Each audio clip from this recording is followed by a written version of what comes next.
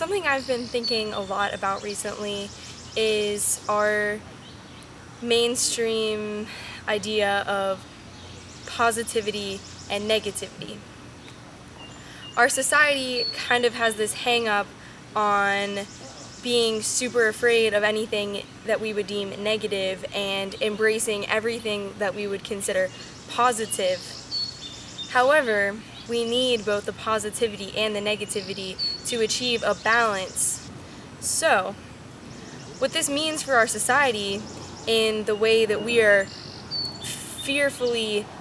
saying no to anything that we consider negative is that we are throwing away a whole understanding of an entire aspect of ourselves that we truly need to be whole. The emotions leading behind an event that we might deem a negative experience are truly energy flowing to us to let us have a deeper understanding of ourselves so that we can create ourselves in a more complete way. These are really parts of ourselves, parts of existence that need to be paid attention to because they are part of us. Whenever we give the emotions that might seem uncomfortable at first, whenever we give them the opportunity to really surface and to live and to integrate into us, we allow these emotions time to cultivate themselves and grow and mature to a place where they're no longer painful for us, where they're really just here to teach us something so that we can expand ourselves. What negative energy is truly the creative force of existence. Now, it does go in tandem with positive energy, because if we didn't have positivity and if we didn't have negativity, there wouldn't be this balance that makes everything exist. So, we need the negativity. And in that negativity, what we might see as darkness, it's the yin energy,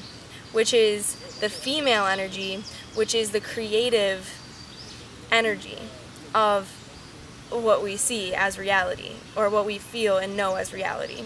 So this negative energy, when it moves in, it creates more space inside of us and inside of our external reality to create more. And that's where the positive energy comes in, where the negativity creates space, the positivity comes in and starts to create physicalities within that space in the ways that once we accept the negativity and allow it to broaden our horizons, the positivity comes in and creates what we really are desiring, because once we're given that room, we're able to explore and to figure out what it is that we are really working towards in this life. I will include some links to some videos that have really helped me understand and come to terms with this whole existence and the necessity of positivity and negativity. And I'll also include a link to Kevin Walton's community and the Light Beings community in Florida and some informational videos they have on this experience of living and how we can truly step into our creatorhood, being alive and not living in a fear state, not living in a state of being afraid of the pain that certain emotions are going to bring, because truly we can cultivate these emotions to a point where they're benefiting us. Because our external reality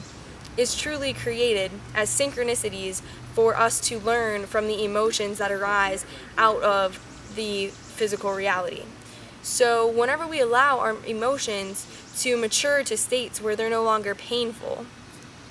and we integrate these matured emotions into our understanding, into our psyche, into our body, they start to result in our external world. So where something might be making you feel guilty all the time, it's just something that really ties you up and binds you because you feel this guilt. Whenever we stop hiding from this emotion, whenever we stop hiding from this guilt, and this is just one emotion that I'm talking about, there are the spectrum of emotions that can all be matured. But whenever we stop hiding from this guilt, whenever we show the guilt light with this negative emotion, whenever we bring the positive to it and we show it light, and we accept and embrace the emotion.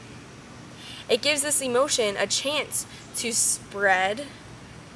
to unravel itself, so that its true energy, its true essence, the lesson that it's trying to bring into our understanding has an opportunity to express itself. Whenever we give it that light and that time to be experienced and we integrate it into ourselves, that emotion then begins to mature to a point where if you take something like guilt that's truly binding us,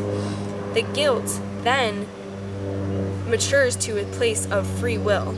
I like to think of it as a metaphor of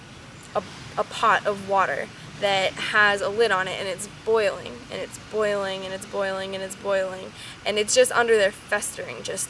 bubbling, bubbling, bubbling, and eventually, if you keep the lid on there for too long, and the bubbles just keep going and going and festering, everything is just going to start to bubble out of the sides, and it's going to just get really messy. But if you take the top off, your emotions, if you allow your emotions to breathe, that water will just become steam. It'll lift, it'll evaporate, it'll integrate into the air around. And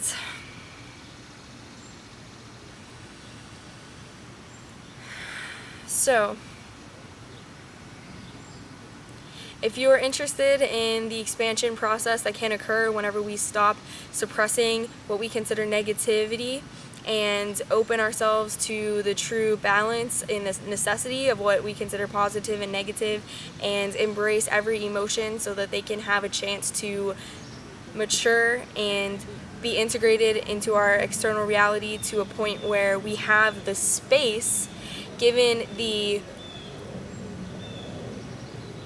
allowing of the negativity and the positivity to truly be the whole in our reality that they are, whenever we stop avoiding and resisting the truth of our existence, then I hope that you enjoyed this video, or I hope that this has opened your eyes to something that is something you're able to take advantage of to truly move towards the life that you might not even realize is the wholeness that you can be. So, thank you for watching, and